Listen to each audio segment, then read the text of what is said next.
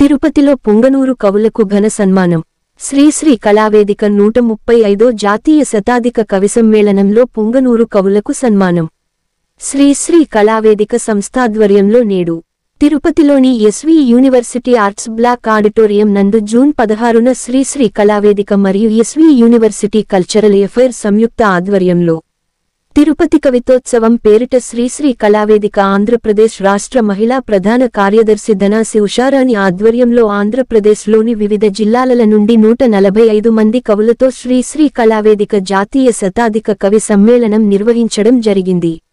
ఈ కార్యక్రమంలో చిత్తూరు జిల్లాలోని పుంగనూరు ప్రముఖ కవులు హసీనా బేగం, సాల్వా రాజు సతీష్ కుమార్లకు స్థానం లభించింది. ముఖ్య అతిథులుగా శ్రీశ్రీ కళావేదిక అంతర్జాతీయ చైర్మన్ కత్తిమండ ప్రతాప్ గారి ఆధ్వర్యంలో వేదికపై కవులు నవ సమాజం, పర్యావరణ పరిరక్షణ, తల్లి ప్రేమ వంటి కవితలతో పాఠకులకు వినిపించి తమ ప్రతిభను కనపరిచారు. అనంతరం శ్రీశ్రీ కళావేదిక అంతర్జాతీయ చైర్మన్ కత్తిమండ ప్రతాప్ గారు కవులందరికీ జ్ఞాపిక, శాలువా, ప్రశంసా పత్రం అందజేసి వారిని ఘనంగా సత్కరించారు.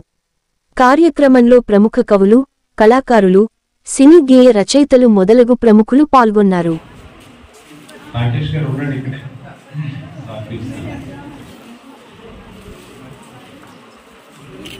తదుపరి మన అంతర్జాతీయ శ్రీశ్రీ కళావేదిక సమన్వయకర్త ఇసుదన్నది కననీయక అటు నిత్యం అందరినీ సమన్వయపరుస్తూ